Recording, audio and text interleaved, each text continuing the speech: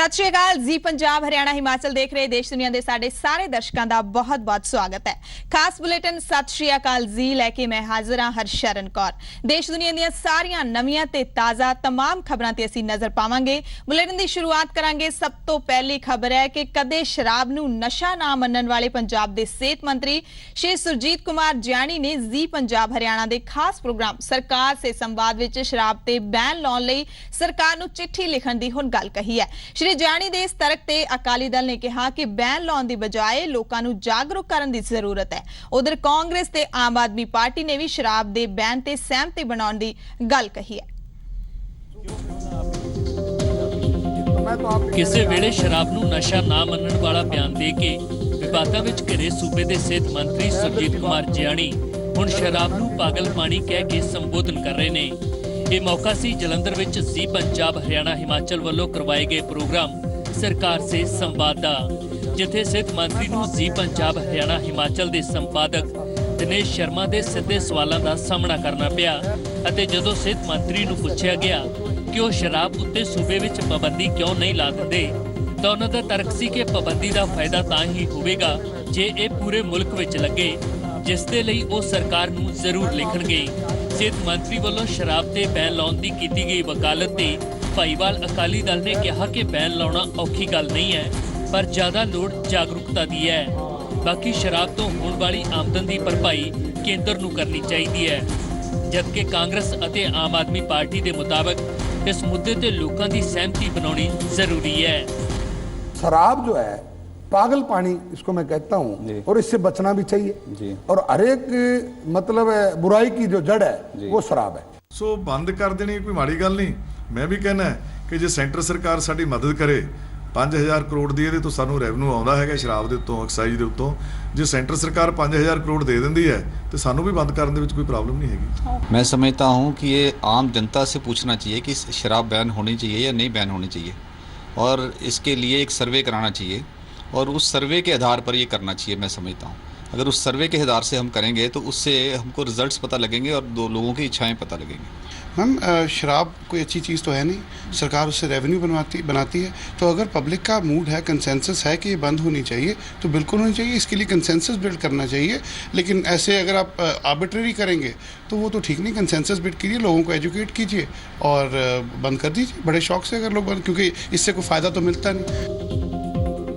हर सियासी पार्टी पंजाब विचों नशे खत्म करन दा हुक्का दिंदी है, पर जदों गल शराब ते बैन लाउण दी आउंदी है तां फिर हर सियासी धिर दा अपना तर्क है। कोई धिर लोकां दी सहमति बनाउण दी गल करदी है, कोई लोकां नूं जागरूक करन दी अते कोई शराब दी विक्री तो इकट्ठे होण वाले मालीए दा तर्क दिंदी है।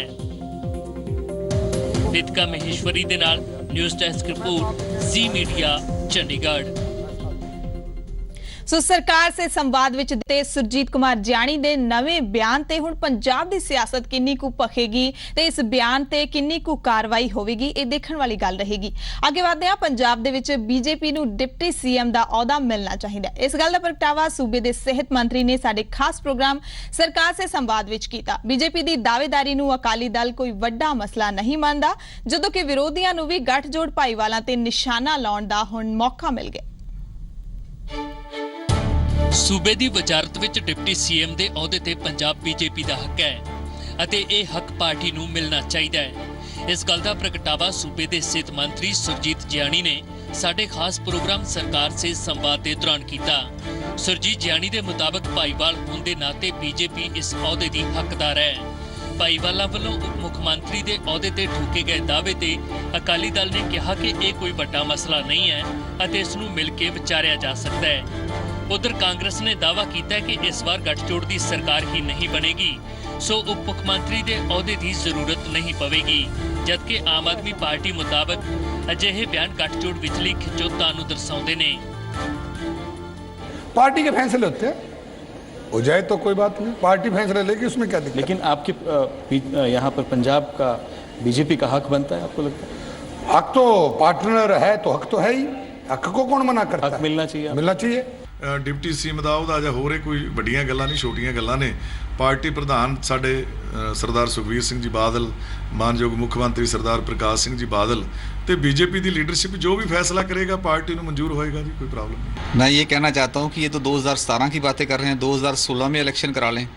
ये तो ये देखेंगे कि सिंगल डिजिट में भी नहीं आएंगे, लोग इनसे इतने तंग हैं, ये तो डिप्टी सीएम के सपने ले रहे हैं। देखिए ये इनका इंटरनल मैटर है और इनमें ये खींचतान शुरू हो गई है। इनको पता है इलेक्शन आ रही है, तो ये खींचतान बीजेपी और अकाली दल में आप जानते हैं शुरू से चल रही है। बीजेपी कभी इन पे इल्ज़ाम लगाती है, अकाली कभी इनके ऊपर से कहते हैं कि हमारी बात नहीं सुनी जा रही। ਸਿਹਤ ਮੰਤਰੀ ਸੁਰਜੀਤ ਕੁਮਾਰ ਜਿਆਣੀ ਨੇ ਇਹ ਵੀ ਕਬੂਲ ਕੀਤਾ ਕਿ ਵੋਟਾਂ ਦੀ ਸਿਆਸਤ ਦੀ ਵਜ੍ਹਾ ਨਾਲ ਪਾਰਟੀਆਂ ਸਖਤ ਫੈਸਲੇ ਲੈਣ ਤੋਂ ਕਤਰਾਉਂਦੀਆਂ ਨੇ, ਜਿਸ ਨਾਲ ਵਿਕਾਸ ਦੀ ਰਫ਼ਤਾਰ ਤੇ ਅਸਰ ਪੈਂਦਾ ਹੈ। ਅਕਾਲੀ ਦਲ ਦਾ ਵੀ ਮੰਨਣਾ ਕਿ ਅੱਜਕੱਲ ਵੋਟਰ ਕੰਮ ਨੂੰ ਇੰਨੀ ਤਵੱਜੋ ਨਹੀਂ ਦਿੰਦਾ, ਬਲਕਿ ਉਹ ਆਪਣੀਆਂ ਹੋਰ ਮੰਗਾਂ ਦੀ ਪੂਰਤੀ ਚਾਹੁੰਦਾ ਹੈ, ਜਦਕਿ ਕਾਂਗਰਸ ਅਤੇ ਆਮ ਆਦਮੀ ਪਾਰਟੀ ਮੁਤਾਬਕ ਵੋਟ ਬੈਂਕ ਦੀ ਸਿਆਸਤ ਖੁਦ बीजेपी ਹੀ ਸਭ ਤੋਂ ਵੱਧ ਕਰਦੀ ਹੈ। अगर प्रजातंत्र ना हो तो वोट राज है, हर एक आदमी अपनी वोट के सिस्टम से चलता है और जब तक ये लालच रहेगा वोट का जी तक ये देश। तो आप मान रहे हैं कि वोट का लालच है? लालच है, मानता हूं मैं, वोट के लालच से सब कुछ काम किया जाता है। ਲੋਕੀ ਚੰਗੇ ਬੰਦਿਆਂ ਨੂੰ ਵੋਟਾਂ ਪਾਉਂਦੇ ਨੇ, ਕੰਮ ਦੇ ਲਿਹਾਜ਼ ਨਾਲ ਪਾਉਂਦੇ ਨੇ, ਕੰਮ ਵੇਖ ਕੇ ਪਾਰਟੀਆਂ ਨੂੰ ਵੋਟਾਂ ਪਾਉਂਦੇ ਨੇ, ਕਈ ਵਾਰੀ ਬੜਾ ਲੰਮਾ ਚਿਰ ਪਾਰਟੀਆਂ ਨੂੰ ਜਿਤਾਈ ਰੱਖਦੇ ਨੇ। ਸਾਡੇ ਇਸ ਲੁੱਟ ਵੋਟਾਂ ਨਹੀਂ ਪੈਂਦੀਆਂ, ਸਾਡੇ ਵੋਟਰ ਵੀ ਧੜੇਬੰਦੀ 'ਚ ਵੱਜਿਆ ਹੋਇਆ, वोटर नशे भी मांग करता है, वोटर पैसे की भी मांग करता है। वोट बैंक, किस वोट बैंक की बात कर रहे हैं? आम लोगों की राय ले रहे हैं या अपने पार्टी के वोट बैंक की बात कर रहे हैं? इनमें बड़ी गुटबंदी है। डेमोक्रेसी उसी को कहते हैं कि आम लोगों की राय लेकर आम लोगों से वोट डलवाकर उसके हिसाब से चला जाए। वोट बैंक की राजनीति में कभी भी सही काम नहीं हो पाते और वोट बैंक की राजनीति ये शुरू से करते आ रहे हैं और सबसे इनके मुंह से ये बात अच्छी लगती नहीं। सरकार से संवाद प्रोग्राम ਵਿੱਚ ਸਿਹਤ ਮੰਤਰੀ ਸੁਰਜੀਤ ਕੁਮਾਰ ਜਿਆਣੀ ਨੇ ਵੋਟ ਬੈਂਕ ਦੀ ਰਾਜਨੀਤੀ ਤੋਂ ਲੈ ਕੇ ਸੂਬੇ ਵਿੱਚ ਉਪ ਮੁੱਖ ਮੰਤਰੀ ਦੇ ਅਹੁਦੇ ਤੇ ਦਾਅਵੇਦਾਰੀ ਤੱਕ ਖੁੱਲ੍ਹ ਕੇ ਆਪਣੇ ਵਿਚਾਰ ਰੱਖੇ। ਪੰਜਾਬ बीजेपी ਲੰਬੇ ਵੇਲੇ ਤੋਂ ਡਿਪਟੀ ਸੀਐਮ ਦੇ ਅਹੁਦੇ ਦੀ ਮੰਗ ਕਰ ਰਹੀ ਹੈ। ਪਾਰਟੀ ਦੇ ਕਈ ਸੀਨੀਅਰ ਆਗੂ ਦੱਬੀ ਜ਼ੁਬਾਨ ਵਿੱਚ ਅਹੁਦੇ ਤੇ ਆਪਣਾ ਹੱਕ ਜਤਾ ਚੁੱਕੇ ਨੇ, ਜਿਸ ਤੇ ਫਿਲਹਾਲ ਅਜੇ ਤੱਕ ਕੋਈ ਫੈਸਲਾ ਨਹੀਂ ਲਿਆ ਗਿਆ ਹੈ। ਨਿਤਕਾ ਮਹੇਸ਼ਵਰੀ ਦੇ ਨਾਲ ਨਿਊਜ਼ ਡੈਸਕ ਰਿਪੋਰਟ, ਜ਼ੀ ਮੀਡੀਆ, ਚੰਡੀਗੜ੍ਹ। ਹੁਣ ਗੱਲ ਕਰਾਂਗੇ ਉਸ ਬੇਸ਼ਕੀਮਤੀ ਕੋਹੇਨੂਰ ਹੀਰੇ ਦੀ ਜੋ ਕਿਸੇ ਵੇਲੇ ਸ਼ੇਰੇ ਪੰਜਾਬ ਮਹਾਰਾਜਾ ਰਣਜੀਤ ਸਿੰਘ ਦੇ ਸੀਸ ਦੇ ਤਾਜ ਦੀ ਸ਼ਾਨ ਹੁੰਦਾ ਸੀ। ਕੋਹੇਨੂਰ ਹੀਰੇ ਦੇ ਮਾਮਲੇ ਤੇ ਕੇਂਦਰ ਸਰਕਾਰ ਨੇ ਹੁਣ ਯੂ ਟਰਨ ਲਿਆ। ਸੁਪਰੀਮ ਕੋਰਟ ਵਿੱਚ ਕੇਂਦਰ ਨੇ ਕਿਹਾ ਕਿ ਕੋਹੇਨੂਰ ਹੀਰੇ ਨੂੰ ਭਾਰਤ ਲਿਆਉਣ ਲਈ ਪੂਰੇ ਯਤਨ ਕੀਤੇ ਜਾਣਗੇ। ਉਧਰ ਐਸਜੀਪੀਸੀ ਨੇ ਕੋਹੇਨੂਰ ਹੀਰੇ ਤੇ ਸਿੱਖ ਭਾਈਚਾਰੇ ਦਾ ਹੱਕ ਜਤਾਇਆ। ਸਿਰਫ ਇੰਨਾ ਹੀ ਨਹੀਂ, ਐਸਜੀਪੀਸੀ ਨੇ ਮਹਾਰਾਜਾ ਰਣਜੀਤ ਸਿੰਘ ਦਾ ਸੋਨੇ ਦਾ ਤਖਤ ਵੀ ਵਾਪਸ ਮੰਗਿਆ ਹੈ। ਬਰਤਾਨੀਆ ਦੀ ਰਾਣੀ ਦੇ ਮੁਕਟ ਵਿੱਚ ਜੜੇ ਕੋਹੇਨੂਰ ਹੀਰੇ ਦੇ ਮਾਲਕਾਨਾ ਹੱਕ ਤੇ ਹੁਣ ਐਸਜੀਪੀਸੀ ਨੇ ਵੀ ਆਪਣਾ ਹੱਕ ਹੋਣ ਦਾ ਦਾਅਵਾ ਕੀਤਾ ਹੈ। ਐਸਜੀਪੀਸੀ ਦਾ ਕਹਿਣਾ ਹੈ ਕਿ ਕੋਹੇਨੂਰ ਹੀਰਾ ਸਿੱਖ ਰਾਜ ਦੀ ਨਿਸ਼ਾਨੀ ਹੈ ਅਤੇ ਇਹ ਮਹਾਰਾਜਾ ਰਣਜੀਤ ਸਿੰਘ ਦੀ ਵਿਰਾਸਤ ਹੈ। ਸਿਰਫ ਇੰਨਾ ਹੀ ਨਹੀਂ, ਐਸਜੀਪੀਸੀ ਨੇ ਬਰਤਾਨੀਆ ਦੇ ਅਜਾਇਬ ਘਰ ਵਿੱਚ ਰੱਖੇ ਮਹਾਰਾਜਾ ਰਣਜੀਤ ਸਿੰਘ ਦੇ ਸੋਨੇ ਦੇ ਤਖਤ ਵਾਪਸ ਭਾਰਤ ਲਿਆ ਕੇ ਕਮੇਟੀ ਨੂੰ ਸੌਂਪਣ ਦੀ ਮੰਗ ਵੀ ਕੀਤੀ ਹੈ। ਬੜੀ ਕਲੀਅਰ ਗੱਲ ਹੈ, ਇਹ ਸਾਡੀ ਵਿਰਾਸਤ ਹੈ ਕੋਹੇਨੂਰ ਹੀਰਾ ਔਰ ਸਾਡੇ ਕੋਲੋਂ ਧੱਕੇ ਨਾਲ ਖੋਇਆ ਈਸਟ ਇੰਡੀਆ ਕੰਪਨੀ ਨੇ, ਅੰਗਰੇਜ਼ ਰਾਜ ਨੇ, ਔਰ ਇਹ ਸਾਨੂੰ ਵਾਪਸ ਮਿਲਣਾ ਚਾਹੀਦਾ। ਇਹਦੇ ਨਾਲ ਹੀ ਸੋਨੇ ਦੀ ਜਿਹੜੀ ਕੁਰਸੀ ਹੈ, ਜਿਹੜੀ ਤਖਤਨੁਮਾ ਕੁਰਸੀ ਹੈ, ਉਹ ਵੀ ਤੇ ਹੋਰ ਦੁਰਲਭ ਵਸਤੂਆਂ ਜਿਹੜੀਆਂ ਮਹਾਰਾਜਾ ਰਣਜੀਤ ਸਿੰਘ ਦੇ ਰਾਜ ਦੀਆਂ ਅੰਗਰੇਜ਼ ਲੈ ਕੇ ਗਏ, ਉਹ ਸਾਨੂੰ ਵਾਪਸ ਮਿਲਣੀਆਂ ਚਾਹੀਦੀਆਂ। ਸਰਕਾਰ ਨੂੰ ਸਾਨੂੰ ਸਹਿਯੋਗ ਕਰ ਦੇਣਾ ਚਾਹੀਦਾ। ਉਧਰ ਕੋਹੇਨੂਰ ਹੀਰੇ ਤੇ ਕੇਂਦਰ ਸਰਕਾਰ ਨੇ ਵੀ ਯੂ ਟਰਨ ਲਿਆ ਹੈ। ਕੇਂਦਰ ਨੇ ਸੁਪਰੀਮ ਕੋਰਟ ਦੇ ਵਿੱਚ ਜਾਣਕਾਰੀ ਦਿੱਤੀ ਹੈ ਕਿ ਕੋਹੇਨੂਰ ਹੀਰੇ ਨੂੰ ਭਾਰਤ ਲਿਆਉਣ ਦੇ ਲਈ ਹਰ ਕੋਸ਼ਿਸ਼ ਕੀਤੀ ਜਾਵੇਗੀ। ਜ਼ਿਕਰਯੋਗ ਹੈ ਕਿ ਕੋਹੇਨੂਰ ਹੀਰੇ ਨੂੰ ਲੈ ਕੇ ਸੁਪਰੀਮ ਕੋਰਟ ਵਿੱਚ ਪਟੀਸ਼ਨ ਪਾਈ ਗਈ ਸੀ। ਅਦਾਲਤ ਨੇ ਕੇਂਦਰ ਸਰਕਾਰ ਕੋਲੋਂ ਇਸ ਤੇ ਜਵਾਬ ਮੰਗਿਆ ਸੀ, ਪਰ ਸਰਕਾਰ ਨੇ ਇਹ ਕਹਿ ਕੇ ਹੱਥ ਪਿੱਛੇ ਖਿੱਚ ਲਏ ਸਨ ਕਿ ਕੋਹੇਨੂਰ ਹੀਰਾ ਲੁੱਟ ਕੇ ਨਹੀਂ ਲਿਜਾਇਆ ਗਿਆ ਅਤੇ ਆਜ਼ਾਦੀ ਤੋਂ ਪਹਿਲਾਂ ਕਿਸੇ ਵੀ ਚੀਜ਼ ਤੇ ਸਰਕਾਰ ਆਪਣਾ ਹੱਕ ਨਹੀਂ ਜਤਾ ਸਕਦੀ ਹੈ। ਰਾਜਨ ਗੁਸਾਈ, ਜ਼ੀ ਮੀਡੀਆ, ਅੰਮ੍ਰਿਤਸਰ। ਉਧਰ 10 ਨਵੰਬਰ ਨੂੰ ਪੰਥਕ ਜਥੇਬੰਦੀਆਂ ਵੱਲੋਂ ਐਲਾਨੇ ਗਏ ਸਰਬੱਤ ਖਾਲਸਾ ਤੇ ਐਸਜੀਪੀਸੀ ਤੇ ਪੰਥਕ ਜਥੇਬੰਦੀਆਂ ਆਮੋ ਸਾਹਮਣੇ ਖੜੀਆਂ ਹੋ ਗਈਆਂ ਨੇ। ਅਕਾਲੀ ਦਲ ਅੰਮ੍ਰਿਤਸਰ ਦੇ ਪ੍ਰਧਾਨ ਸਿਮਰਨਜੀਤ ਸਿੰਘ ਮਾਨ ਨੇ ਕਿਹਾ ਕਿ ਕਿਸੇ ਵੀ ਹਾਲਤ ਵਿੱਚ ਤਖਤ ਸ੍ਰੀ ਦਮਦਮਾ ਸਾਹਿਬ ਵਿਖੇ ਸਰਬੱਤ ਖਾਲਸਾ ਬੁਲਾ ਕੇ ਰਹਿਣਗੇ, ਜਦੋਂ ਕਿ ਐਸਜੀਪੀਸੀ ਨੇ ਉਹਨਾਂ ਨੂੰ ਥਾਂ ਦੇਣ ਤੋਂ ਮਨਾ ਕੀਤਾ। ਸਰਬੱਤ ਖਾਲਸਾ ਤੇ ਇੱਕ ਵਾਰ ਮੁੜ ਤੋਂ ਸਿਆਸੀ ਅਖਾੜਾ ਭਖਦਾ ਨਜ਼ਰ ਆ ਰਿਹਾ। ਐਸਜੀਪੀਸੀ ਵੱਲੋਂ 10 ਨਵੰਬਰ ਨੂੰ ਤਖਤ ਸ੍ਰੀ ਦਮਦਮਾ ਸਾਹਿਬ ਵਿੱਚ ਥਾਂ ਦੇਣ ਤੋਂ ਇਨਕਾਰ ਕਰਨ ਤੇ ਸ਼੍ਰੋਮਣੀ ਅਕਾਲੀ ਦਲ ਅੰਮ੍ਰਿਤਸਰ ਨੇ ਪਲਟਵਾਰ ਕਰਦੇ ਹੋਏ ਕਿਹਾ ਕਿ ਉਹ ਐਸਜੀਪੀਸੀ ਦੇ ਦਬਾਅ ਹੇਠ ਨਹੀਂ ਆਉਣਗੇ ਅਤੇ ਤੈਅਸ਼ੁਦਾ ਪ੍ਰੋਗਰਾਮ ਦੇ ਤਹਿਤ ਹੀ ਸਰਬੱਤ ਖਾਲਸਾ 10 ਨਵੰਬਰ ਨੂੰ ਤਖਤ ਸ੍ਰੀ ਦਮਦਮਾ ਸਾਹਿਬ ਤੇ ਬੁਲਾਇਆ ਜਾਵੇਗਾ। ਮੱਕੜ ਸਾਹਿਬ ਵੀ ਸਾਨੂੰ ਧਮਕੀਆਂ ਦਿੰਦੇ ਆ ਕਿ ਦਮਦਮਾ ਸਾਹਿਬ ਤੁਸੀਂ ਕਿਵੇਂ ਸਰਬੱਤ ਖਾਲਸਾ ਕਰ ਦੋਗੇ।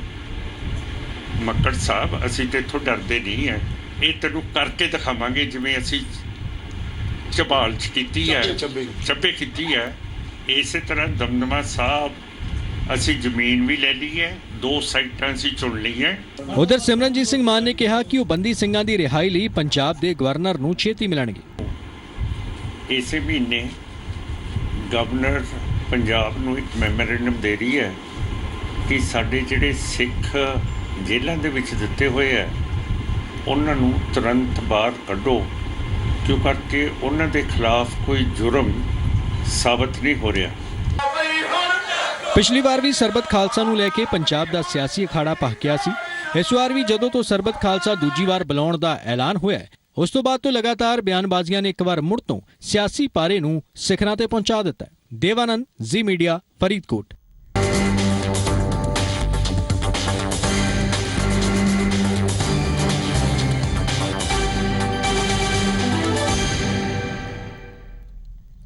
ਸੋ ਹੁਣ ਅਸੀਂ ਤੁਹਾਨੂੰ ਤਸਵੀਰਾਂ ਦਿਖਾਵਾਂਗੇ। ਪੰਜਾਬ ਦੇ ਉਪ ਮੁੱਖ ਮੰਤਰੀ ਸਰਦਾਰ ਸੁਖਬੀਰ ਸਿੰਘ ਬਾਦਲ ਨੇ ਰਿਜ਼ਰਵ ਬੈਂਕ ਆਫ ਇੰਡੀਆ ਵੱਲੋਂ ਪੰਜਾਬ ਸਰਕਾਰ ਦੀ ਕੈਸ਼ ਕ੍ਰੈਡਿਟ ਲਿਮਿਟ ਨੂੰ ਜਾਰੀ ਕਰਨ ਵਿੱਚ ਹੋਈ ਦੇਰੀ ਬਾਰੇ ਸਪਸ਼ਟ ਕੀਤਾ ਹੈ ਕਿ ਇਸ ਸੰਬੰਧੀ ਮੁੱਖ ਮੰਤਰੀ ਸਰਦਾਰ ਪ੍ਰਕਾਸ਼ ਸਿੰਘ ਬਾਦਲ ਨੇ ਪ੍ਰਧਾਨ ਮੰਤਰੀ ਸ਼੍ਰੀ ਨਰਿੰਦਰ ਮੋਦੀ ਨਾਲ ਮੁਲਾਕਾਤ ਕੀਤੀ ਹੈ, ਜਿਸ ਵਿੱਚ ਪ੍ਰਧਾਨ ਮੰਤਰੀ ਵੱਲੋਂ ਮਾਲੀ ਮਦਦ ਦਾ ਭਰੋਸਾ ਵੀ ਦਿਵਾਇਆ ਗਿਆ।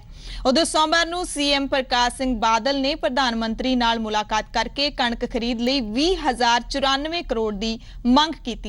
ਉਪ ਮੁੱਖ ਮੰਤਰੀ ਸਰਦਾਰ ਸੁਖਬੀਰ ਸਿੰਘ ਬਾਦਲ ਨੇ ਦਾਅਵਾ ਕੀਤਾ ਹੈ ਕਿ ਕਣਕ ਦੀ ਖਰੀਦ ਵਿੱਚ ਕੋਈ ਰੁਕਾਵਟ ਨਹੀਂ ਆਉਣ ਦਿੱਤੀ ਜਾਵੇਗੀ। ਉਧਰ ਪੰਜਾਬ ਕਾਂਗਰਸ ਦੇ ਪ੍ਰਧਾਨ ਕੈਪਟਨ ਅਮਰਿੰਦਰ ਸਿੰਘ ਨੇ ਕਣਕ ਦੇ ਖਰੀਦ ਪ੍ਰਬੰਧਾਂ ਦੀ ਨਿਗਰਾਨੀ ਲਈ ਕਾਂਗਰਸ ਦੇ ਸੀਨੀਅਰ ਆਗੂਆਂ ਦੀ ਇੱਕ ਕਮੇਟੀ ਬਣਾਈ ਹੈ। 3 ਤਸਵੀਰਾਂ ਤੁਸੀਂ ਲਗਾਤਾਰ ਦੇਖ ਰਹੇ ਹੋ ਸਕਰੀਨ ਤੇ।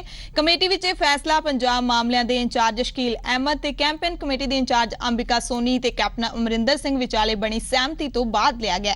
ਪੰਜਾਬ ਕਾਂਗਰਸ ਕਮੇਟੀ ਦੇ ਉਪ ਪ੍ਰਧਾਨ ਲਾਲ ਸਿੰਘ ਨੂੰ ਕਮੇਟੀ ਦਾ ਕੋਆਰਡੀਨੇਟਰ ਬਣਾਇਆ ਗਿਆ, ਜਦੋਂ ਕਿ ਪੰਜਾਬ ਵਿੱਚ ਵਿਰੋਧੀ ਧਿਰ ਦੇ ਆਗੂ ਚਰਨਜੀਤ ਸਿੰਘ ਚੰਨੀ ਨੇ ਮੁੱਖ ਮੰਤਰੀ ਸਰਦਾਰ ਪ੍ਰਕਾਸ਼ ਸਿੰਘ ਬਾਦਲ ਤੇ ਕਿਸਾਨਾਂ ਨੂੰ ਪਰੇਸ਼ਾਨ ਕਰਨ ਦੇ ਇਲਜ਼ਾਮ ਸ਼੍ਰੀ ਚੰਨੀ ਨੇ ਕਿਹਾ ਕਿ ਕਿਸਾਨਾਂ ਦੀ ਕਣਕ ਦੀ ਮੰਡੀਆਂ ਵਿੱਚ ਬੋਲੀ ਨਹੀਂ ਹੋ ਰਹੀ, ਜਿਸ ਕਰਕੇ ਉਹਨਾਂ ਨੂੰ ਮੰਡੀਆਂ ਵਿੱਚ ਰਾਤਾਂ ਕੱਟਣ ਲਈ ਮਜਬੂਰ ਹੋਣਾ ਪੈ ਰਿਹਾ ਹੈ। ਉਹਨਾਂ ਇਹ ਵੀ ਕਿਹਾ ਕਿ ਸਮੱਸਿਆ ਸਿਰਫ ਬੋਲੀ ਦੀ ਨਹੀਂ ਹੈ, ਬਲਕਿ ਫਸਲ ਦੇ ਭੁਗਤਾਨ ਲਈ ਵੀ ਕਿਸਾਨਾਂ ਨੂੰ ਲੰਬਾ ਸਮਾਂ ਇੰਤਜ਼ਾਰ ਕਰਨਾ ਪੈਂਦਾ ਹੈ। ਨਾਲ ਹੀ ਸ਼੍ਰੀ ਚੰਨੀ ਨੇ ਪੰਜਾਬ ਸਰਕਾਰ ਨੂੰ ਚੇਤਾਵਨੀ ਦਿੱਤੀ ਹੈ ਕਿ ਜੇ ਕਿਸਾਨਾਂ ਦੀਆਂ ਸਮੱਸਿਆਵਾਂ ਦਾ ਫੌਰੀ ਹੱਲ ਨਾ ਕੀਤਾ ਗਿਆ ਤਾਂ ਕਾਂਗਰਸ ਦਾਣਾ ਮੰਡੀਆਂ ਦੇ ਵਿੱਚ ਜਾ ਕੇ ਪ੍ਰਦਰਸ਼ਨ ਕਰੇਗੀ। ਸ਼੍ਰੀ ਚੰਨੀ ਨੇ ਮੁੱਖ ਮੰਤਰੀ ਵੱਲੋਂ ਪ੍ਰਧਾਨ ਮੰਤਰੀ ਨਾਲ ਕੀਤੀ ਮੁਲਾਕਾਤ ਤੇ ਵੀ ਸਵਾਲ ਚੁੱਕੇ ਨੇ। ਉਹਨਾਂ ਇਲਜ਼ਾਮ ਲਾਇਆ ਕਿ ਸੂਬਾ ਤੇ ਕੇਂਦਰ ਸਰਕਾਰ ਦੋਵੇਂ ਹੀ ਕਿਸਾਨਾਂ ਦੀਆਂ ਸਮੱਸਿਆਵਾਂ ਨੂੰ ਹੱਲ ਕਰਨ ਵਿੱਚ ਨਾਕਾਮ ਰਹੀਆਂ ਨੇ। ਸੋ ਕਿਸਾਨਾਂ ਦੀ ਫਸਲ ਮੰਡੀਆਂ ਵਿੱਚ ਆਉਣੀ ਸ਼ੁਰੂ ਹੋ ਗਈ ਹੈ ਤੇ ਨਾਲ ਹੀ ਨਾਲ ਸਿਆਸਤ ਵੀ ਜ਼ੋਰਾਂ ਤੇ ਸ਼ੁਰੂ ਹੋ ਗਈ ਹੈ ਪੰਜਾਬ ਦੇ ਵਿੱਚ।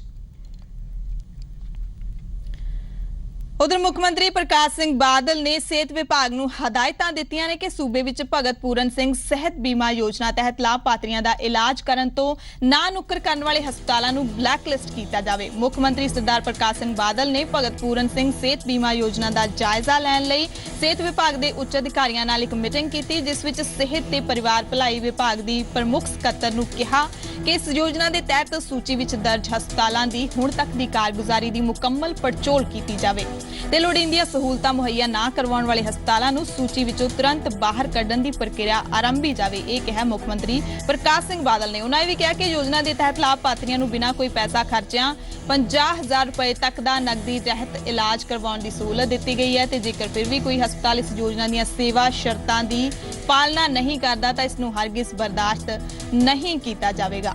ਨਾਲ ਹੀ ਨਾਲ ਮੁੱਖ ਮੰਤਰੀ ਨੇ ਸੂਚੀ ਵਿੱਚ ਦਰਜ ਕੀਤੇ ਹਸਪਤਾਲਾਂ ਬਾਰੇ ਇਸ਼ਤਿਹਾਰਾਂ ਰਾਹੀਂ ਲੋਕਾਂ ਨੂੰ ਮੁਕੰਮਲ ਜਾਣਕਾਰੀ ਦੇਣ ਲਈ ਵੀ ਕਿਹਾ ਤਾਂ ਕਿ ਹਰੇਕ ਲਾਭਪਾਤਰੀ ਨੂੰ ਆਪਣਾ ਇਲਾਜ ਕਰਵਾਉਣ ਲਈ ਆਪਣੀ ਸਹੂਲਤ ਮੁਤਾਬਕ ਹਸਪਤਾਲ ਦੀ ਚੋਣ ਕਰਨ ਦੀ ਖੁੱਲ੍ਹ ਹੋਵੇ।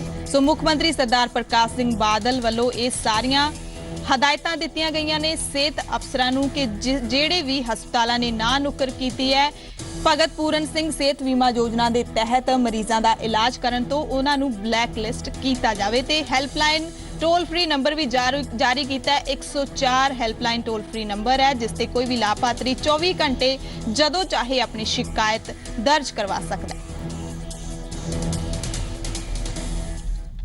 दस दे कि किसानां नूं भगत पूरन सिंह बीमा योजना देण तो बाद हुण पंजाब सरकार ने व्यापारियों लई भी भगत पूरन सिंह हैल्थ स्कीम की शुरुआत की है। सूबे के 3.5 लाख व्यापारी इस स्कीम का फायदा चुक सकते हैं। सूबे के उप मुख्यमंत्री सरदार सुखबीर सिंह बादल ने 5 थावां ते इस स्कीम की शुरुआत की थी।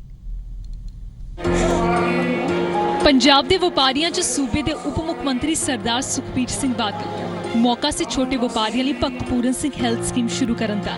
इस स्कीम के अधीन पंजाब सरकार ने 1 करोड़ तक की टर्नओवर करने वाले व्यापारियों और उन्होंने परिवार लिए 50,000 तक फ्री हैल्थ इंश्योरेंस कवर की शुरुआत की थी। इस नाल व्यापारियों का 5 लाख तक का दुर्घटना बीमा भी किया गया।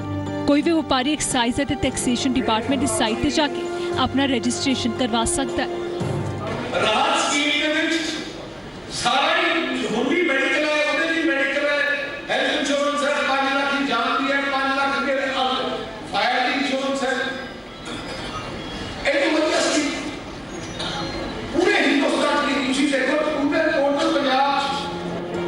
सिर्फ इना ही नहीं, सरकार ने व्यापारियों को खुश करने के लिए टैक्स प्रक्रिया में भी फेरबदल किया है। 1 करोड़ तक टर्नओवर करने वाला व्यापारी जेकर इनकम टैक्स विभाग सामने आप टैक्स का ब्यौरा लिखित तौर पर दिता है तो उसकी कोई जांच नहीं होगी।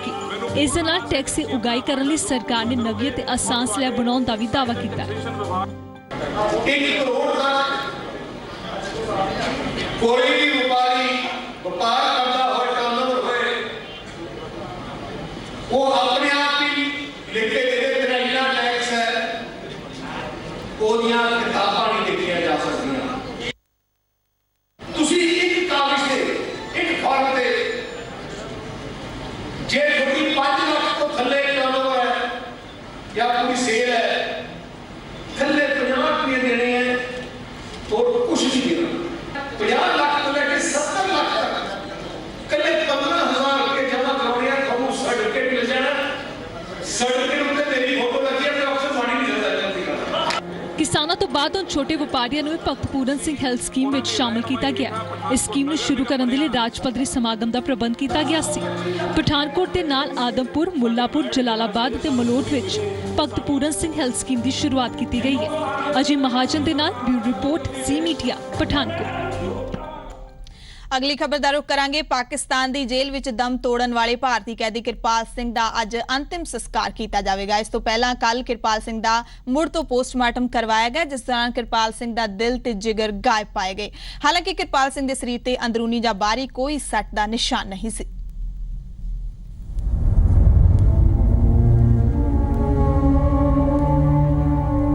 पाकिस्तान की जेल विच मौत के तकरीबन 8 दिनों के बाद आखिरकार किरपाल सिंह की मृतक देह भारत लियांदी गई। पाकिस्तान ने वाघा बार्डर ते किरपाल सिंह की मृतक देह नूं भारत दे सुपुर्द किया। उत्थे डॉक्टरों के मुताबिक किरपाल सिंह की मृतक देह चों दिल अते जिगर गायब सन। हालांकि शरीर ते किसी भी तरह के चोट के निशान नहीं हैं। कुछ सैंपल जांच के लिए भेजे गए ने अते जांच के बाद ही मौत के असल कारणों का पता चल सकेगा। When we opened the body, we found that some of the organs they were missing because when the postmortem is done, certain organs are taken to test to find out whether there is any disease or not. Similarly, in such cases, some of the organs are missing, and rest of the organs which were present there, we took out the portions of those organs and we sent them for testing for the disease as well as for poisoning to the concerned laboratory. Kirpal Singh Pakistan की coat Lakhpat jail विच बंद सन जिथे 11 अप्रैल नूं रहस्यमई स्थितियां दे विच उन्हां दी मौत हो गई सी। पाकिस्तान ने किरपाल सिंह की मौत की वजह हार्ट अटैक दसी है जबकि उन्हां दे परिवार वालियां ने इस नूं कतल करार दिता है। परिवार वालियां दी दलील है कि किरपाल सिंह ही सरबजीत दे कतल दा इक्को एक चश्मदीद सी, इसलिए उस ते हमला करके उसका कतल किया गया है। इन्होंने सरबजीत का इकलौता गवाह सी। इन्होंने आप खुद वेख्या चोटां लगियां ते काफी चाचा जी दे साथे शरीर च बहुत लाल गई ते नक नुक च खून वगया। सारा पाकिस्तानी दी साजिश होई है। पाकिस्तानी कैदियों ने चाचे दे अटैक कीता ते इन्हां नूं मार मुकाया। पंजाब सरकार वालों कैबिनेट मंत्री गुलजार सिंह रणीके वाघा बार्डर पहुंचे सन। ਉਨ੍ਹਾਂ ਕਿਹਾ ਕਿ ਮੁੱਖ ਮੰਤਰੀ ਨੇ ਪਾਕਿਸਤਾਨ ਦੀਆਂ ਜੇਲ੍ਹਾਂ ਵਿੱਚ ਬੰਦ ਭਾਰਤੀ ਕੈਦੀਆਂ ਦੀ ਸੁਰੱਖਿਆ ਦੇ ਸਬੰਧ ਵਿੱਚ ਕੇਂਦਰ ਸਰਕਾਰ ਦੇ ਸਾਹਮਣੇ ਮੁੱਦਾ ਚੁੱਕਿਆ ਹੈ। ਤੇ ਅੱਗੇ ਦਾ ਹੀ ਮੰਗ ਕਰਦੇ ਆ ਵੀ ਗਾਹ ਇਹੋ ਜਿਹੀਆਂ ਘਟਨਾਵਾਂ ਜਿਹੜੀਆਂ ਨਾ ਹੋਣ, ਜਿੰਨੇ ਹੋਰ ਵੀ ਅਜੇ ਕੈਦੀ ਉੱਥੇ ਨੇ ਕਾਫੀ ਸਾਡੇ ਭਾਰਤ ਦੇ, ਉਹਨਾਂ ਵਾਸਤੇ ਮੈਂ ਕੇਂਦਰ ਸਰਕਾਰ ਨੂੰ ਵੀ ਆਪਣੇ ਮਾਨਯੋਗ ਮੁੱਖ ਮੰਤਰੀ ਸਾਹਿਬ ਸਾਡੇ ਪਹਿਲਾਂ ਹੀ ਬੜੇ ਚਿੰਤਕ ਨੇ ਇਸ ਗੱਲ ਦੇ, ਉਹਨਾਂ ਦੇ ਵਾਸਤੇ ਪਿਆ ਵੀ ਅੱਗੇ ਤੋਂ ਘਟਨਾਵਾਂ ਨੂੰ ਠੱਲ ਪਾ ਸਕੇ, ਜਿਹੜਾ ਮਨੁੱਖਤਾ ਦਾ ਕਾਰਨ ਆ ਉਹ ਨਾ ਹੋ ਸਕੇ।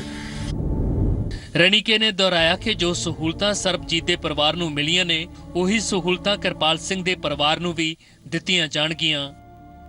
ਰਾਜਨ ਗੁਸਾਈ, ਜ਼ੀ ਮੀਡੀਆ, ਵਾਗਾ ਬਾਰਡਰ।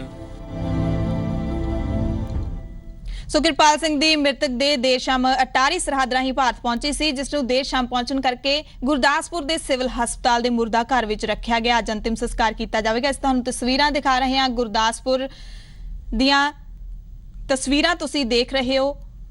ਅੱਜ ਕਿਰਪਾਲ ਸਿੰਘ ਦਾ ਅੰਤਿਮ ਸੰਸਕਾਰ ਕੀਤਾ ਜਾਵੇਗਾ ਉਹਨਾਂ ਦੇ ਜੱਦੀ ਪਿੰਡ ਵਿਖੇ। ਦੱਸ ਦਈਏ ਕਿ ਕੱਲ ਬੀਤੇ ਦਿਨ ਅਟਾਰੀ ਸਰਹੱਦ ਰਾਹੀਂ ਕਿਰਪਾਲ ਸਿੰਘ ਦੀ ਮ੍ਰਿਤਕ ਦੇਹ ਪਾਕਿਸਤਾਨ ਤੋਂ ਭਾਰਤ ਪਹੁੰਚੀ ਸੀ, ਜਿਸ ਤੋਂ ਬਾਅਦ ਉਹਨਾਂ ਦੀ ਮ੍ਰਿਤਕ ਦੇਹ ਨੂੰ ਗੁਰਦਾਸਪੁਰ ਦੇ ਸਿਵਲ ਹਸਪਤਾਲ ਦੇ ਮੁਰਦਾ ਘਰ ਦੇ ਵਿੱਚ ਰੱਖਿਆ ਗਿਆ। ਇਹ ਤਸਵੀਰਾਂ ਤੁਸੀਂ ਗੁਰਦਾਸਪੁਰ ਤੋਂ ਦੇਖ ਰਹੇ ਹੋ। ਕਿਰਪਾਲ ਸਿੰਘ ਦੇ ਜੱਦੀ ਪਿੰਡ ਦੀਆਂ ਤਸਵੀਰਾਂ। डॉक्टर ने भी कंफर्म किया भी कुछ बॉडी ऑर्गन्स उसमें से गायब है, तो उसमें क्या बोलना चाहेंगे? किसी तरह की कार्रवाई चाहेंगे उसमें? हाँ, ਆਪਾਂ ਇੰਡੀਆ ਗਵਰਨਮੈਂਟ ਕੋ ਇਹ ਕਾਰਵਾਈ ਚਾਹਾਂਗੇ ਵੀ ਜੋ ਸਰਬਜੀਤ ਨਾਲ ਹੋਇਆ ਇਸ ਤਰ੍ਹਾਂ ਹੀ ਕਿਰਪਾਲ ਸਿੰਘ ਨਾਲ ਹੋਇਆ, ਜਿਹੜੀ 2:55 ਤੇ ਸਾਨੂੰ ਸਰੀਰ ਪਾਕਿਸਤਾਨ ਨੇ ਹੈਂਡਓਵਰ ਕੀਤਾ ਔਰ ਤੇ ਬਹੁਤ ਬੁਰੀ ਤਰ੍ਹਾਂ ਜਾਣੀ ਕਿ ਬੇਅਦਬੀ ਦੇ ਨਾਲ ਉਹਨਾਂ ਨੇ ਸਾਨੂੰ ਸਰੀਰ ਜਿਹੜਾ ਉਹ ਹੈਂਡਓਵਰ ਕੀਤਾ। ਤੇ ਅਸੀਂ ਬਾਅਦ ਚ ਉੱਥੋਂ ਬਾਗਾ ਬਾਰਡਰ ਤੋਂ ਆ ਕੇ ਤੇ ਮੈਡੀਕਲ ਕਾਲਜ ਆਣ ਕੇ ਚਾਚਾ ਜੀ ਦਾ ਪੋਸਟਮਾਰਟਮ ਕਰਾਇਆ। ਉੱਥੇ ਵੀ ਉਹਨਾਂ ਨੇ ਬੋਲਿਆ ਵੀ ਜੋ ਵੀ ਪਾਕਿਸਤਾਨ ਨੇ ਕੀਤਾ ਆ ਇਹ ਬਹੁਤ ਹੀ ਮਾੜਾ ਕੀਤਾ, ਤੇ ਉਹਨਾਂ ਨੇ ਯਾਨੀ ਕਿ ਸਾਨੂੰ ਪੂਰਾ ਵਿਸ਼ਵਾਸ ਆ ਵੀ ਆਪਣੇ ਕੈਦੀਆਂ ਨੇ ਜਿਹੜੀ ਕੁੱਟਮਾਰ ਕਰਕੇ ਚਾਚਾ ਜੀ ਨੂੰ ਜਨਾਹ ਹਸਪੀਟਲ ਐਡਮਿਟ ਕਰਾਤਾ, ਇੱਕ ਸਾਜ਼ਿਸ਼ ਰਚੀ ਆ ਵੀ ਇਹਨੂੰ ਅਟੈਕ ਹੋ ਕੇ ਤੇ ਐਕਸਪਾਇਰ ਹੋ ਗਿਆ। तो किसी तरह की जांच चाहेंगे। सो जानकारी मुताबिक आज मृतक किरपाल सिंह का अंतिम संस्कार किया जाएगा। मेरे सहयोगी राजन गुसाई साडे नाल जुड़े हुए हैं गुरदासपुर तो, सीधा उन्हां कोल चलदे हां जी। राजन, किन्ने बजे अंतिम संस्कार की रस्म अदा की जाएगी, कित्थे अंतिम संस्कार होवेगा ते किहड़े-किहड़ियां हस्तियां इस मौके पहुंच सकदियां ने?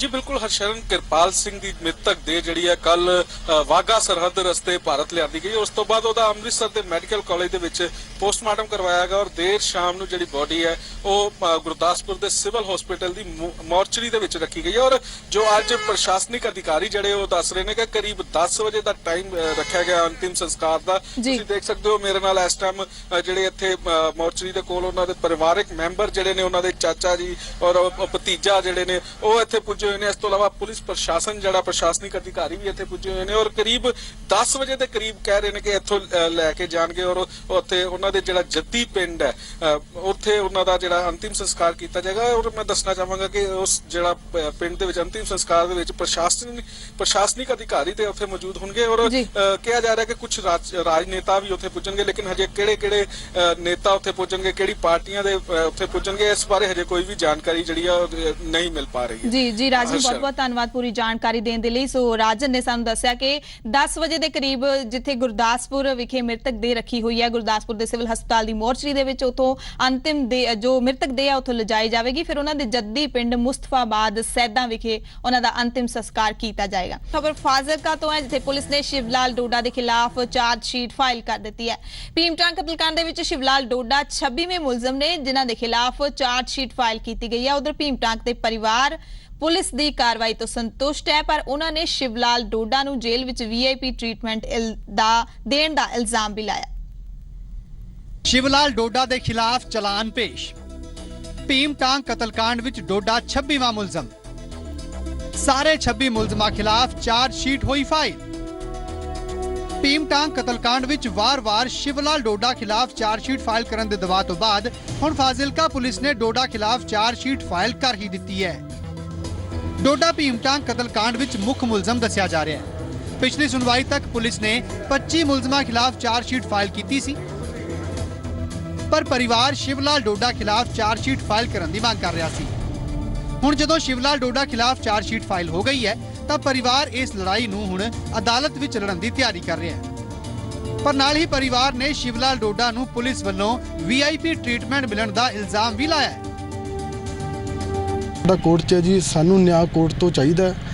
पुलिस वाला काम मेरे हिसाब नाल ते इत्थों तक खत्म हो चुका है। हुण ਅਸੀਂ ਕੋਰਟ 'ਚ ਜਾਵਾਂਗੇ, ਉੱਥੇ ਅਸੀਂ ਇਨਸਾਫ ਦੀ ਫਰਿਆਦ ਹੀ ਕਰਾਂਗੇ ਵੀ ਸਾਡੇ ਨਾਲ ਜੋ ਧੱਕਾ ਹੋਇਆ ਸਾਨੂੰ ਉਹਦਾ ਨਿਆਂ ਦਿੱਤਾ ਜੇ। ਰਾਸ਼ਟਰਪਤੀ ਤੱਕ ਜਿਵੇਂ ਗੋਪੀ ਰਾਮ ਜੀ ਨੇ ਦੱਸਿਆ ਅਸੀਂ ਜਾਵਾਂਗੇ, ਅਸੀਂ ਪਿੱਛੇ ਨਹੀਂ ਹਟਾਂਗੇ। ਇਹਨੂੰ ਸਜ਼ਾ ਜ਼ਰੂਰ ਮਿਲੂਗੀ ਇਹਦੇ ਪਾਪ ਦੀ।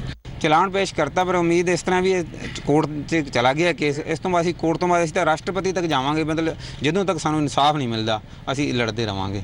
ਤੇ ਅਗਲੀ ਜਿਹੜੀ VIP ਟ੍ਰੀਟਮੈਂਟ ਜੇਲ੍ਹ 'ਚ ਉਹਨੂੰ ਦਿੱਤਾ ਜਾ ਰਿਹਾ, ਜੇਕਰ ਉਹ ਨਾ ਰੋਕਿਆ ਗਿਆ ਤਾਂ ਅਸੀਂ ਜੇਲ੍ਹ ਦੇ ਬਾਹਰ ਧਰਨਾ ਦੇਵਾਂਗੇ ਜਿੱਥੇ ਸ਼ਿਵਲਾਲ ਡੋਡਾ ਹੈਗਾ। ਅਬੋਹਰ ਭੀਮਟਾਂਗ ਕਾਂਡ ਦੇ ਨਾਮ ਨਾਲ ਮਸ਼ਹੂਰ ਇਸ ਕਤਲकांड ਦੀਆਂ ਚਰਚਾਵਾਂ ਨੇ ਪੂਰੇ ਪੰਜਾਬ ਦੀ ਸਿਆਸਤ ਵਿੱਚ ਉਬਾਲ ਲਿਆ ਦਿੱਤਾ ਸੀ। ਵਾਧੇ ਸਿਆਸੀ ਦਬਾਅ ਕਰਕੇ ਪੁਲਿਸ ਵੀ ਹਰਕਤ 'ਚ ਆਈ ਅਤੇ ਲਗਾਤਾਰ ਗ੍ਰਿਫਤਾਰੀਆਂ ਸ਼ੁਰੂ ਹੋਈਆਂ। ਮੁੱਖ ਮੁਲਜ਼ਮ ਸ਼ਿਵਲਾਲ ਡੋਡਾ ਨੇ ਗ੍ਰਿਫਤਾਰੀ ਤੋਂ ਬਚਣ ਲਈ ਪੰਜਾਬ ਹਰਿਆਣਾ ਹਾਈ ਕੋਰਟ ਦਾ ਬੂਹਾ ਵੀ ਖੜਕਾਇਆ ਸੀ, ਪਰ ਰਾਹਤ ਨਾ ਮਿਲਣ ਦੇ ਚੱਲਦੇ ਤਕਰੀਬਨ 1.5 ਮਹੀਨੇ ਬਾਅਦ ਸ਼ਿਵਲਾਲ ਡੋਡਾ ਨੂੰ ਸਰੈਂਡਰ ਕਰਨਾ ਪਿਆ ਸੀ। ਪੁਨੀਤ ਪਰਿੰਜਾ, ਜ਼ੀ ਮੀਡੀਆ, ਚੰਡੀਗੜ੍ਹ। उधर विवादित फिल्म संता बंता प्राइवेट लिमिटेड दी रिलीज ते रोक दी मांग कर रही DSGMC नूं शुरुआती दौर विच कामयाबी मिल गई है। दिल्ली हाई कोर्ट ने रिलीज तो पहला DSGMC नूं फिल्म दिखाए जाने दे निर्देश दिते ने। दस दी कि इस मामले विच कल नूं फिर सुनवाई होवेगी। इस दे नाल ही फिल्म संता बंता दी टीम अज मीडिया दे मुखातिब होवेगी तां DSGMC मुंबई विच इस फिल्म नूं देखेगी। संता बंता प्राइवेट लिमिटेड फिल्म दी रिलीज ते रोक दी मांग करने वाले पटीशनकर्ता हरविंदर कौर चौधरी नूं सुप्रीम कोर्ट तो झटका लग्या है। कोर्ट ने कहा कि तुसी बिना तैयारी दे किवें केस कर सकते हो। हालांकि संता बंता प्राइवेट लिमिटेड फिल्म दी रिलीज के खिलाफ दिल्ली हाई कोर्ट विच DSGMC नूं कामयाबी मिली है। सुनवाई के दौरान कोर्ट ने कहा कि सेंसर बोर्ड नूं रिलीज की हरी झंडी देने तो पहला DSGMC नूं फिल्म दिखानी चाहिए सी। कोर्ट ने DSGMC नूं बुधवार शाम 4 बजे मुंबई विच फिल्म देखण नूं कहा। DSGMC ने फिल्म के पोस्टर अते कुछ दृश्यां नूं लैके इतराज दर्ज कराया।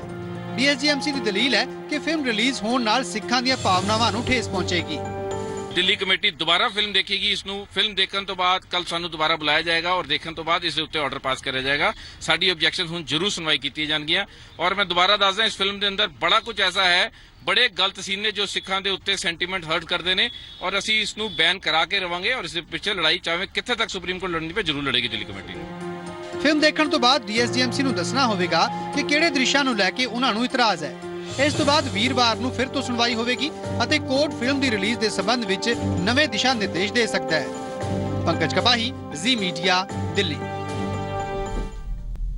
उधर पटियाला स्थित बुढ़ा दल पब्लिक स्कूल ते लगे इल्जामां दे मामले विच जिला सिक्ख्या अफसर ने जांच तो बाद क्लीन चिट दे दी है। बुढ़ा दल दे मुखी बाबा बलबीर सिंह मुताबिक इल्जाम स्कूल दा अक्स खराब करन तहत लगाए गए सन। ਪਟਿਆਲਾ ਸਥਿਤ ਬਾਬਾ ਬੁੱਢਾ ਦਲ ਪਬਲਿਕ ਸਕੂਲ ਤੇ ਬੱਚਿਆਂ ਨੂੰ ਬੰਦਕ ਬਣਾਉਣ ਦੇ ਇਲਜ਼ਾਮਾਂ ਦੇ ਮਾਮਲੇ 'ਚ ਜ਼ਿਲ੍ਹਾ ਸਿੱਖਿਆ ਅਫਸਰ ਵੱਲੋਂ ਕੀਤੀ ਗਈ ਜਾਂਚ ਸਕੂਲ ਨੂੰ ਕਲੀਨ ਚਿੱਟ ਦੇ ਦਿੱਤੀ ਗਈ। ਇਸ ਮੁਤਲਕ ਜਾਣਕਾਰੀ ਦਿੰਦੇ ਹੋਏ ਬਾਬਾ ਬੁੱਢਾ ਦਲ ਦੇ ਮੁਖੀ ਬਾਬਾ ਬਲਬੀਰ ਸਿੰਘ ਨੇ ਕਿਹਾ ਕਿ ਸਕੂਲ ਦਾ ਅਕਸ ਖਰਾਬ ਕਰਨ ਦੀ ਸਾਜ਼ਿਸ਼ ਤਹਿਤ ਇਹ ਇਲਜ਼ਾਮ ਲਗਾਏ ਗਏ ਸਨ। ਇਹਨਾਂ ਨੇ ਗਲਤ ਇਲਜ਼ਾਮ ਲਾਏ ਸੀ। ਉਹ ਕੱਲ ਡੀ ਸਾਹਿਬ ਨੇ ਜਿਹੜੀ 5 ਮੈਂਬਰੀ ਕਮੇਟੀ ਭੇਜੀ ਸੀ ਉਹ ਅੱਜ ਅਖਬਾਰਾਂ 'ਚ ਵੀ ਆਇਆ। ਉਹਨਾਂ ਨੇ ਬਿਲਕੁਲ ਸਕੂਲ ਨੂੰ ਕਲੀਨ ਚਿੱਟ ਦਿੱਤੀ ਹੈ ਤੇ ਜਿਹੜੇ ਮਾਪਿਓ ਜਿਹੜੇ ਗਲਤ ਬੁੱਢਾ ਦਲ ਨੂੰ ਬਦਨਾਮ ਕਰ ਰਹੇ ਨੇ ਉਹਨਾਂ ਨੂੰ ਆਪਣੀ ਬੇਨਤੀ ਹੈ ਉਹ ਬਿਲਕੁਲ ਇਹੋ ਜਿਹੇ ਗਲਤ ਕਿਸੇ ਵੀ ਜਿਹੜੇ ਗਲਤ ਅੰਸਰ ਹੈ ਉਹਨਾਂ ਦੇ ਬਹਿਕਾਵੇ ਦੇ ਵਿੱਚ ਨਾ ਆਉਣ।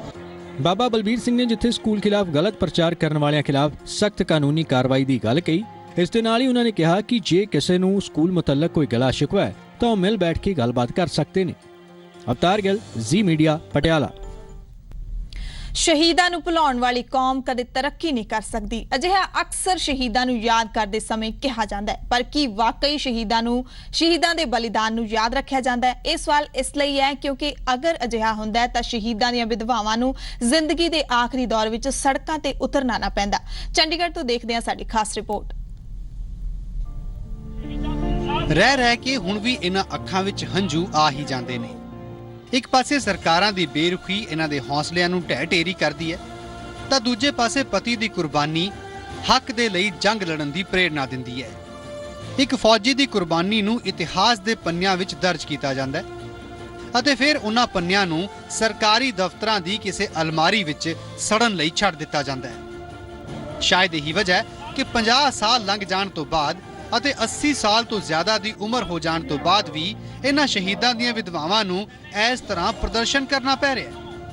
ਉਮਰ ਦੇ ਇਸ ਪੜਾਅ ਤੇ ਇਹਨਾਂ ਦੀ ਆਵਾਜ਼ ਭਾਵੇਂ ਹੀ ਓਨੀ ਬੁਲੰਦ ਨਾ ਹੋਵੇ, ਪਰ ਇਰਾਦਾ ਇੰਨਾ ਮਜ਼ਬੂਤ ਹੈ ਕਿ ਸਰਕਾਰ ਨੂੰ ਇਹਨਾਂ ਦੇ ਅੱਗੇ ਝੁਕਣਾ ਹੀ ਪਵੇਗਾ, ਕਿਉਂਕਿ ਇਸ ਤੋਂ ਘੱਟ ਇਹਨਾਂ ਨੂੰ ਕੁਝ ਵੀ ਮਨਜ਼ੂਰ ਨਹੀਂ। ਪੰਜਾਬ ਗਵਰਨਮੈਂਟ ਨੇ ਵਾਅਦਾ ਕੀਤਾ ਸੀਗਾ ਇਹ ਲੜਾਈ ਤੋਂ ਬਾਅਦ ਕਿ ਚਲੋ ਜਿਹੜੇ ਬੰਦੇ ਸ਼ਹੀਦ ਹੋਏ ਨੇ ਉਹਨਾਂ ਦੇ ਪਰਿਵਾਰਾਂ ਨੂੰ 10-10 ਏਕੜ ਜ਼ਮੀਨ ਮਿਲੇਗੀ। ਅੱਜ 1965 ਤੋਂ ਅਸੀਂ ਹੁਣ ਤੱਕ ਵੇਟ ਕਰ ਰਹੇ ਹਾਂ, ਜਦੋਂ ਕਿ ਅਸੀਂ ਟੋਟਲ 8 ਭਰਾ ਸੀਗੇ, ਜਿਨ੍ਹਾਂ ਚੋਂ 6 ਭਰਾ ਮਰ ਚੁੱਕੇ ਨੇ, ਅਸੀਂ 2 ਭਰਾ ਬਚੇ ਨੇ। ਅਜੇ ਤੱਕ ਪੰਜਾਬ ਗਵਰਨਮੈਂਟ ਨੇ ਸਾਨੂੰ 10 ਏਕੜ ਦਾ ਕੋਈ ਨੇੜੇ ਤੇੜੇ ਵੀ ਗੱਲ ਨਹੀਂ ਕੀਤੀ ਤੇ ਨਾ ਹੀ ਸਾਨੂੰ ਕੁਝ ਮਿਲਿਆ ਹੈਗਾ। ਜਿਸ ਮੁਲਕ ਵਿੱਚ ਜੈ ਜਵਾਨ ਜੈ ਕਿਸਾਨ ਦਾ ਨਾਰਾ ਦਿੱਤਾ ਗਿਆ, ਜਿਸ ਪੰਜਾਬ ਦੇ ਕਿਸਾਨਾਂ ਅਤੇ ਜਵਾਨਾਂ ਨੇ ਆਪਣੀ ਮਿਹਨਤ ਅਤੇ ਕੁਰਬਾਨੀਆਂ ਨਾਲ ਦੇਸ਼ ਦੀ ਉੱਨਤੀ ਵਿੱਚ ਯੋਗਦਾਨ ਦਿੱਤਾ, ਉਸੇ ਦੇਸ਼ ਅਤੇ ਉਸੇ ਪੰਜਾਬ ਵਿੱਚ ਕਿਸਾਨ ਅਤੇ ਸ਼ਹੀਦ ਜਵਾਨਾਂ ਦੇ ਪਰਿਵਾਰਾਂ ਦੀ ਦੁਰਦਸ਼ਾ ਕਿਸੇ ਤੋਂ ਲੁਕੀ ਨਹੀਂ ਹੈ। ਅਜਿਹੇ 'ਚ ਸਵਾਲ ਉੱਠਣੇ ਲਾਜ਼ਮੀ ਨੇ ਅਤੇ ਆਪਣੇ ਸਵਾਲ ਸਰਕਾਰ ਤੱਕ ਪਹੁੰਚਾਉਣ ਦੇ ਲਈ ਹੀ ਇਹ ਪਰਿਵਾਰ ਪ੍ਰਦਰਸ਼ਨ ਕਰ ਰਹੇ ਨੇ। ਗਵਰਨਮੈਂਟ ਕਿਉਂਕਿ ਹੁਣ ਤਾਂ ਹੀ ਗਵਰਨਮੈਂਟ ਨੇ ਨਹੀਂ ਦਿੱਤਾ ਹੈਗਾ ਕੁਝ, ਤੇ ਨਾ ਹੀ ਗਵਰਨਮੈਂਟ ਇਸ ਬਾਰੇ ਸੋਚ ਰਹੀ ਆ। ਚਿੱਠੀਆਂ ਇੱਕ ਦੂਸਰੇ ਡਿਪਾਰਟਮੈਂਟ ਨੂੰ ਪਾਈ ਜਾਂਦੇ ਨੇ, ਅਸੀਂ ਹਰ ਡਿਪਾਰਟਮੈਂਟ ਦੇ ਵਿੱਚ ਘੁੰਮ ਚੁੱਕੇ ਹਾਂ। ਇਹ ਜਿਹੜੀਆਂ ਸਿਰਫ 58 ਫੈਮਿਲੀਜ਼ ਰਹਿ ਗਈਆਂ ਹੁਣ, 58 ਫੈਮਿਲੀਜ਼ ਦਾ ਅਸੀਂ ਕਹਿੰਦਾ ਵੀ ਜਿਹੜੀਆਂ ਫੈਮਿਲੀਜ਼ ਅੱਜ ਹੈਗੀਆਂ ਨੇ ਉਹਨਾਂ ਦਾ ਤਾਂ ਕੁਝ ਕਰੋ, ਤੁਸੀਂ ਉਹਨਾਂ ਦਾ ਵੀ ਨਹੀਂ ਕਰ ਰਹੇ। ਕਿ ਇਹ ਦੇਸ਼ ਲਈ ਸ਼ਹੀਦ ਹੋਏ ਨੇ, ਇਹ ਕੋਈ ਆਪਣੇ ਲਈ ਸ਼ਹੀਦ ਨਹੀਂ ਹੋਏ ਹੈਗੇ, ਆਪਣੀ ਫੈਮਲੀਆਂ ਲਈ ਸ਼ਹੀਦ ਨਹੀਂ ਹੋਏ ਹੈਗੇ, ਦੇਸ਼ ਲਈ ਸ਼ਹੀਦ ਹੋਏ ਨੇ। ਅਗਲੇ ਸਾਲ ਪੰਜਾਬ 'ਚ ਵਿਧਾਨ ਸਭਾ ਚੋਣਾਂ ਨੇ ਅਤੇ ਸਾਰੀਆਂ ਪਾਰਟੀਆਂ ਹੁਣੇ ਤੋਂ ਜਨਤਾ ਨੂੰ ਲੁਭਾਉਣ ਦੀ ਕੋਸ਼ਿਸ਼ 'ਚ ਰੁੱਝ ਚੁੱਕੀਆਂ ਨੇ। ਅਜਿਹੇ ਜਦੋਂ ਸ਼ਹੀਦਾਂ ਦੇ ਪਰਿਵਾਰਾਂ ਨੂੰ ਉਹਨਾਂ ਦਾ ਹੱਕ ਨਾ ਮਿਲਣ ਦਾ ਸਵਾਲ ਸਿਆਸਤਦਾਨਾਂ ਨੂੰ ਕੀਤਾ ਗਿਆ ਤਾਂ ਜਵਾਬ 'ਚ ਕਿਤੋਂ ਭਰੋਸਾ ਮਿਲਿਆ ਅਤੇ ਕਿਤੇ ਇਲਜ਼ਾਮਾਂ ਦੀ ਝੜੀ ਲਾ ਦਿੱਤੀ ਗਈ।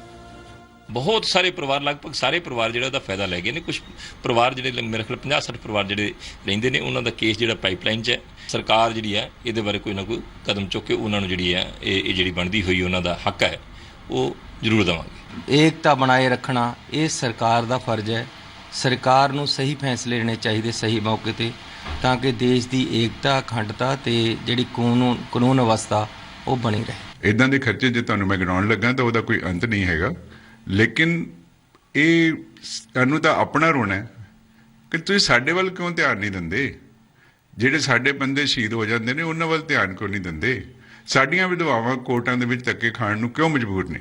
शहीदों की चिताओं पर लगेंगे हर बरस मेले, वतन पर मिटने वालों का बाकी यही निशान होगा। इसे तरह साल दे विच एक वार सरकार शहीदां नूं याद कर लैंदी है, पर पिछे रह गए उन्हां दे परिवार किस हाल च ने ਇਹ ਵੇਖਣ ਦਾ ਵਕਤ ਕਿਸੇ ਦੇ ਕੋਲ ਨਹੀਂ। ਕਾਰਨ ਸਾਫ਼ ਹੈ ਕਿ 1962 ਤੋਂ ਲੈ ਕੇ ਜੋ ਸਰਕਾਰ ਨੇ ਇਹਨਾਂ ਲੋਕਾਂ ਦੇ ਨਾਲ ਵਾਅਦੇ ਕੀਤੇ ਸੀ ਉਹ ਪੂਰੇ ਨਹੀਂ ਹੋਏ, ਤੇ ਇਹਨਾਂ ਲੋਕਾਂ ਦਾ ਇਲਜ਼ਾਮ ਇਹ ਵੀ ਹੈ ਕਿ ਸ਼ਾਇਦ ਉਹ ਗਰੀਬ ਨੇ, ਅਨਪੜ੍ਹ ਨੇ ਤੇ ਦਲਿਤ ਨੇ, ਇਸੇ ਕਰਕੇ ਸਰਕਾਰ ਉਹਨਾਂ ਦੇ ਹੱਕ ਨਹੀਂ ਦੇ ਰਹੀ।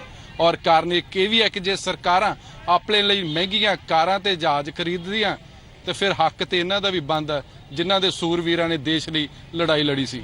ਕੈਮਰਾਮੈਨ ਜੈਵਰੀ ਰਾਵਤ ਦੇ ਨਾਲ ਜਗਤਾਰ ਪੁੱਲਰ, ਜ਼ੀ ਮੀਡੀਆ, ਪਟਿਆਲਾ। ਸੋ ਇਹ ਵੀ ਅਸੀਂ ਸਾਰੇ ਜਾਣਦੇ ਤੇ ਦੇਖਦੇ ਹਾਂ ਕਿ ਦੇਸ਼ ਵਿੱਚ ਜਦੋਂ ਵੀ ਕੋਈ ਮੁਸ਼ਕਿਲ ਆ ਕੇ ਖੜੀ ਹੋ ਜਾਂਦੀ ਹੈ ਤਾਂ ਬਚਾਅ ਲਈ ਫੌਜ ਨੂੰ ਬੁਲਾਇਆ ਜਾਂਦਾ ਹੈ, ਚਾਹੇ ਸਰਹੱਦਾਂ ਦੀ ਰਾਖੀ ਕਰਨੀ ਹੋਵੇ, ਸੁਰੱਖਿਆ ਕਰਨੀ ਹੋਵੇ ਜਾਂ ਫਿਰ ਕੁਦਰਤੀ ਆਫਤਾਂ ਦਾ ਸੰਕਟ ਆਇਆ ਹੋਵੇ। ਸੱਚੇ ਸਿਪਾਹੀ ਹਰ ਪਲ ਆਪਣੀ ਜਾਨ ਛਿੜਕਣ ਨੂੰ ਤਿਆਰ ਰਹਿੰਦੇ ਨੇ, ਪਰ ਦੇਸ਼ ਦੇ ਲਈ ਜਾਨ ਨਿਸ਼ਾਵਰ ਕਰਨ ਵਾਲੇ ਸ਼ਹੀਦਾਂ ਦੇ ਪਰਿਵਾਰਾਂ ਦਾ ਕੀ ਹੁੰਦਾ ਹੈ, ਉਹਨਾਂ ਦਾ ਗੁਜ਼ਾਰਾ ਕਿਵੇਂ ਹੁੰਦਾ ਹੈ, ਇਸ ਬਾਰੇ ਜਾਣਨ ਦੀ ਫੁਰਸਤ ਸ਼ਾਇਦ ਕਿਸੇ ਕੋਲ ਵੀ ਨਹੀਂ ਹੁੰਦੀ, ਇੱਥੋਂ ਤੱਕ ਕਿ ਸਰਕਾਰਾਂ ਦੇ ਕੋਲ ਵੀ ਨਹੀਂ ਹੁੰਦੀ। ਇਸ ਲਈ ਅੱਧੀ ਸਦੀ ਤੋਂ ਨਰਕ ਵਰਗਾ ਜੀਵਨ ਬਤੀਤ ਕਰ ਰਹੇ ਨੇ ਕਈ ਸ਼ਹੀਦਾਂ ਦੇ ਪਰਿਵਾਰ।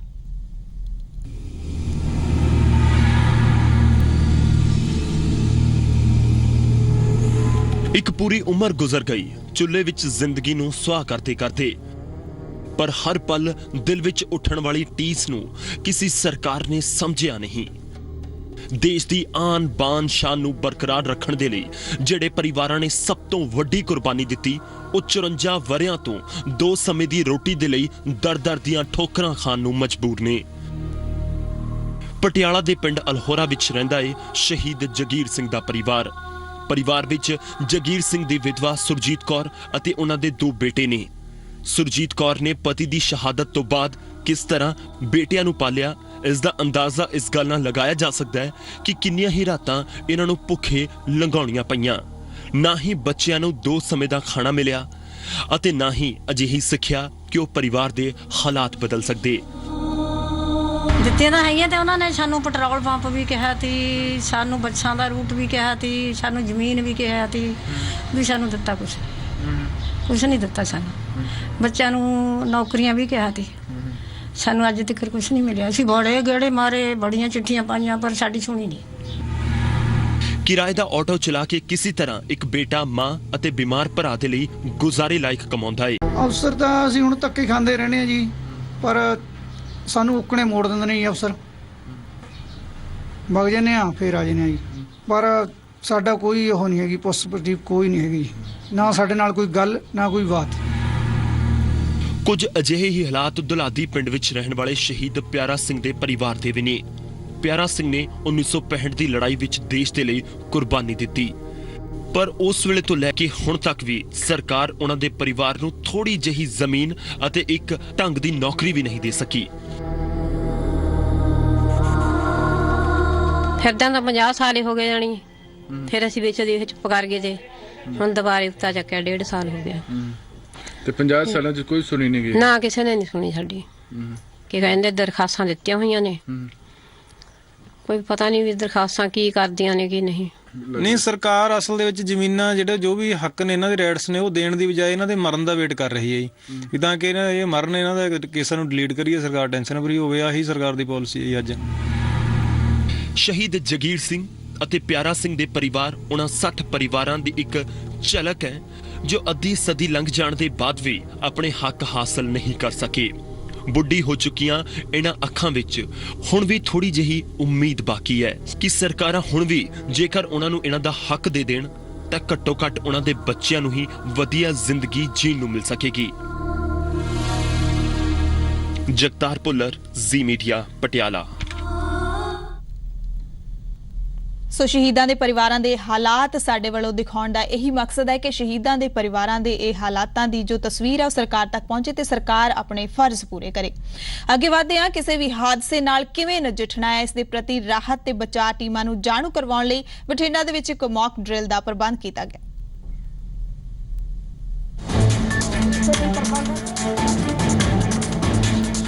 ਰੇਲਵੇ ਟਰੈਕ ਤੇ ਪਲਟੀ ਬੋਗੀ, ਮਚੀ ਹਫੜਾ ਦਫੜੀ, ਜ਼ਖਮੀ ਮੁਸਾਫਰਾਂ ਨੂੰ ਬਾਹਰ ਕੱਢਦੇ NDRF ਦੇ ਜਵਾਨ। ਡਾਕਟਰਾਂ ਵੱਲੋਂ ਜ਼ਖਮੀਆਂ ਨੂੰ ਦਿੱਤਾ ਜਾ ਰਿਹਾ ਮੁੱਢਲਾ ਉਪਚਾਰ।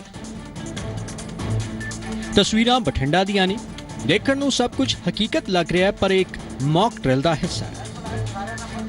ਬੋਗੀ ਅੰਦਰ ਫਸੇ ਮੁਸਾਫਰਾਂ ਨੂੰ ਬੋਗੀ ਕੱਟ ਕੇ ਕਿਵੇਂ ਬਚਾਉਣਾ ਹੈ, ਇਸ ਦਾ ਮੁਜ਼ਾਹਰਾ ਵੀ NDRF ਅਤੇ ਬਚਾਅ ਟੀਮ ਵੱਲੋਂ ਕੀਤਾ ਗਿਆ। ਬਠਿੰਡਾ ਵਿੱਚ ਅੰਬਾਲਾ ਡਿਵੀਜ਼ਨ ਦੇ ADRM ਦੀ ਦੇਖਰੇਖ 'ਚ ਇਸ ਪੂਰੀ ਮੌਕ ਡਰਿਲ ਨੂੰ ਅੰਜਾਮ ਦਿੱਤਾ ਗਿਆ। हमारी ART और एक्सीडेंट रिलीफ ट्रेन और एक्सीडेंट रिलीफ मेडिकल वैन वो पहुंच चुकी है। आप यहाँ पर देख रहे हैं कि सभी जो NDRF के जो टीम के सदस्य हैं वो कोच को काट कर उसमें एंटर कर रहे हैं। जो इंजर्ड लोग हैं उनको बाहर निकाला जा रहा है और ये ऑपरेशन अभी फुल स्विंग में चल रहा है। NDRF ਦੀ 7ਵੀਂ ਬਟਾਲੀਅਨ ਦੇ ਕਮਾਂਡੈਂਟ ਜੈਦੀਪ ਸਿੰਘ ਨੇ ਦੱਸਿਆ ਕਿ ਆਪਦਾ ਵੇਲੇ ਮੈਡੀਕਲ, ਸਰਚ, ਰੈਸਕਿਊ ਕੰਪੋਨੈਂਟ ਸਣੇ ਕਈ ਤਰ੍ਹਾਂ ਦੇ ਮਾਮਲਿਆਂ 'ਚ ਆਪਸੀ ਤਾਲਮੇਲ ਬਿਠਾਉਣ ਦੀ ਐਕਸਰਸਾइज ਕੀਤੀ ਜਾਂਦੀ ਹੈ। एक्सरसाइज होता है रेलवे वालों के साथ ताकि अच्छा तालमेल हो सके कि जब भी कोई हादसा हो तो हम आपस में अच्छा तालमेल के साथ काम कर सकें और जल्दी से जल्दी जो रेस्क्यू एक्टिविटी होती है उसको अंजाम दे सकें। तो उसी प्रयास में हमारा जो बाई एनुअल होता है एक्सरसाइज वो हो रहा है। ਰਾਹਤ ਅਤੇ ਬਚਾਅ ਟੀਮਾਂ ਨੂੰ ਮੁਸ਼ਕਲ ਭਰੇ ਹਾਲਾਤਾਂ 'ਚ ਨਾਲ ਨਜਿੱਠਣ ਲਈ ਤਿਆਰ ਕਰਨਾ ਚੰਗਾ ਕਦਮ ਹੈ। ਗੋਬਿੰਦ ਸੈਣੀ, ਜ਼ੀ ਮੀਡੀਆ, ਬਠਿੰਡਾ। ਚੰਬਾ ਜ਼ਿਲ੍ਹੇ ਦੇ ਉਚਾਈ ਵਾਲੇ ਇਲਾਕਿਆਂ ਵਿੱਚ ਬੀਤੇ ਦਿਨ ਰੱਜ ਕੇ ਬਰਫ਼ ਪਈ। 8 ਇੰਚ ਤੱਕ ਪਈ ਇਸ ਬਰਫ਼ ਨਾਲ ਇੱਕ ਵਾਰ ਫਿਰ ਠੰਡ ਪਰਤ ਆਈ ਹੈ। ਲੋਕਾਂ ਨੂੰ ਗਰਮੀ ਤੋਂ ਰਾਹਤ ਤਾਂ ਮਿਲੀ ਹੈ ਪਰ ਨਾਲ ਹੀ ਉਹਨਾਂ ਨੂੰ ਕੰਮਕਾਜ ਕਰਨ ਵਿੱਚ ਦਿੱਕਤ ਵੀ ਪੇਸ਼ ਆ ਰਹੀ। ਚੰਬਾ ਜ਼ਿਲ੍ਹੇ ਵਿੱਚ ਗਰਮੀ ਦੇ ਮੌਸਮ ਵਿੱਚ ਠੰਡ ਪਰਤ ਆਈ ਹੈ। ਜ਼ਿਲ੍ਹੇ ਦੇ ਪਹਾੜੀ ਇਲਾਕਿਆਂ ਦੇ ਵਿੱਚ ਮੰਗਲਵਾਰ ਸਵੇਰੇ ਜੰਮ ਕੇ ਬਰਫ਼ਬਾਰੀ ਹੋਈ ਹੈ।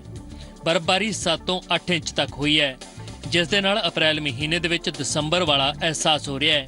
ਸਾਚਪਾਸ, ਸਤਰੁੰਦੀ, ਬੇਰਾਗੜ੍ਹ ਅਤੇ ਕਾਲਾਬਾਨ ਸਮੇਤ 1 ਦਰਜਨ ਤੋਂ ਜ਼ਿਆਦਾ ਪਹਾੜਾਂ ਤੇ ਜੰਮ ਕੇ ਬਰਫ਼ਬਾਰੀ ਹੋਈ ਹੈ। ਅਤੇ ਤਾਪਮਾਨ ਦੇ ਵਿੱਚ ਭਾਰੀ ਗਿਰਾਵਟ ਦਰਜ ਕੀਤੀ ਗਈ ਹੈ। ਇਸ ਨਾਲ ਤਪਦੀ ਗਰਮੀ ਤੋਂ ਰਾਹਤ ਮਿਲੀ ਹੈ।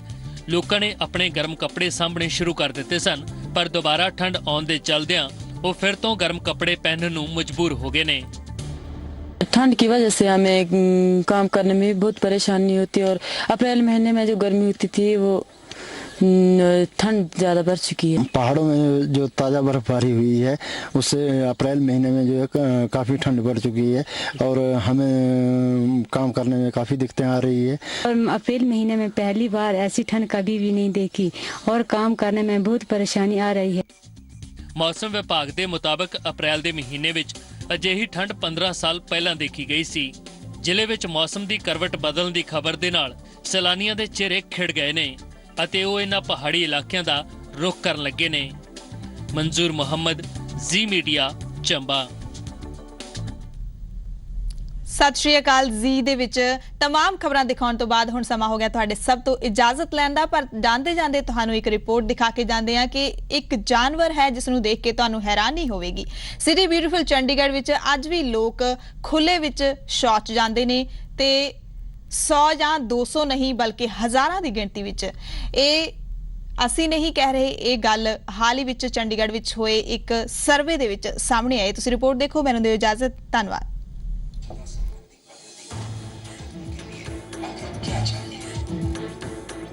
गल हैरान कर देने वाली है पर सच है। चंडीगढ़ के सिविल अस्पताल विच प्रबंधित एक वर्कशॉप तो बाद नगर निगम कमिश्नर बी पुरुषार्थ ने दसिया कि चंडीगढ़ विच एक रफ सर्वे किया गया जिस विच सामने आया कि चंडीगढ़ विच 6000 लोग खुले विच शौच करते हैं। जो रफ सर्वे है उसके हिसाब से कुछ 6000 के आसपास मुझे बताया गया कि 6000 के आसपास लोग का ओपन डेफिकेशन वो मजबूर हैं या जा रहे हैं, तो उसको हम ठीक कराने में लगे। ਅਤੇ यही कारण है कि चंडीगढ़ नगर निगम हुण सिटी ब्यूटीफुल ਨੂੰ ਹੋਰ ਜ਼ਿਆਦਾ ਖੂਬਸੂਰਤ ਬਣਾਉਣ ਦੇ ਲਈ ਲੋਕਾਂ ਦੀ ਸੋਚ ਬਦਲਣ ਦੀ ਕੋਸ਼ਿਸ਼ ਕਰੇਗਾ। ਇਸ ਨੂੰ ਲੈ ਕੇ ਸੋਮਵਾਰ ਨੂੰ ਸੈਕਟਰ 22 ਦੇ ਸਿਵਲ ਹਸਪਤਾਲ ਵਿੱਚ ਇੱਕ ਕਦਮ ਸਵੱਛਤਾ ਦੀ ओर ਤੇ ਸਵਸਥ ਚੰਡੀਗੜ੍ਹ ਦੇ ਨਾਂ ਤੇ ਵਰਕਸ਼ਾਪ ਦਾ ਪ੍ਰਬੰਧ ਕੀਤਾ ਗਿਆ, ਜਿਸ ਵਿੱਚ ਸੈਨੀਟਰੀ ਇੰਸਪੈਕਟਰ, ਜੇਈ ਅਤੇ ਦੂਜੇ ਵਲੰਟੀਅਰਸ ਨੇ ਹਿੱਸਾ ਲਿਆ। ਵਰਕਸ਼ਾਪ ਦਾ ਮਕਸਦ ਉਹਨਾਂ ਲੋਕਾਂ ਨੂੰ ਜਾਗਰੂਕ ਕਰਨਾ ਰਿਹਾ ਜੋ ਖੁੱਲੇ ਵਿੱਚ शौच ਕਰਦੇ ਨੇ। ये हमने उनको डायरेक्टली बोल्डली बताना है कि आप अगर नहीं करोगे तो ये आपको, आपके बच्चों को, आपके नेबर्स को, आपकी सोसाइटी को बीमारियां फैलाएंगे। बेसिकली ये हमने माइंड में उनके ट्रिगरिंग करनी है, उनको सेंसिटाइज करना बेसिकली। नगर निगम कमिश्नर बी पुरुषार्थ ने भी इस ते चिंता जताते हुए कहा कि स्वच्छ भारत अभियान के तहत खुले विच शौच करने ते रोक लाना नगर निगम की मुढ़ली जिम्मेवारी रहेगी। आते दिसंबर तक चंडीगढ़ नू ओपन डिफिकेशन फ्री किया जाएगा। देखिए, ओपन डेफिकेशन आपको पता है स्वच्छ भारत मिशन के अंदर ये एक बहुत इम्पोर्टेंट इशू है और हमने शहरों को ओपन डेफिकेशन फ्री बनाना है। चंडीगढ़ में हम कोशिश कर रहे हैं कि दिसंबर एंड तक हम चंडीगढ़ को ओपन डेफिकेशन फ्री घोषित कर दें। चंडीगढ़ ਨੂੰ ਸਿਟੀ ਬਿਊਟੀਫੁਲ ਦੇ ਨਾਂ ਤੇ ਜਾਣਿਆ ਜਾਂਦਾ ਹੈ। ਅਜਿਹੇ ਵਿੱਚ ਇਹ ਅੰਕੜੇ ਪ੍ਰਸ਼ਾਸਨ ਦੇ ਲਈ ਸ਼ਹਿਰ ਦੀ ਖੂਬਸੂਰਤੀ ਨੂੰ ਕਾਇਮ ਰੱਖਣ ਵਿੱਚ ਇੱਕ ਵੱਡੀ ਚੁਣੌਤੀ ਸਾਬਿਤ ਹੋ ਸਕਦੇ ਨੇ। ਚੰਡੀਗੜ੍ਹ ਤੋਂ ਇੰਤਜ਼ਾਮ ਮਹੇਸ਼ਵਰੀ ਦੇ ਨਾਲ ਨਿਊਜ਼ ਡੈਸਕ ਰਿਪੋਰਟ, ਜੀ ਮੀਡੀਆ।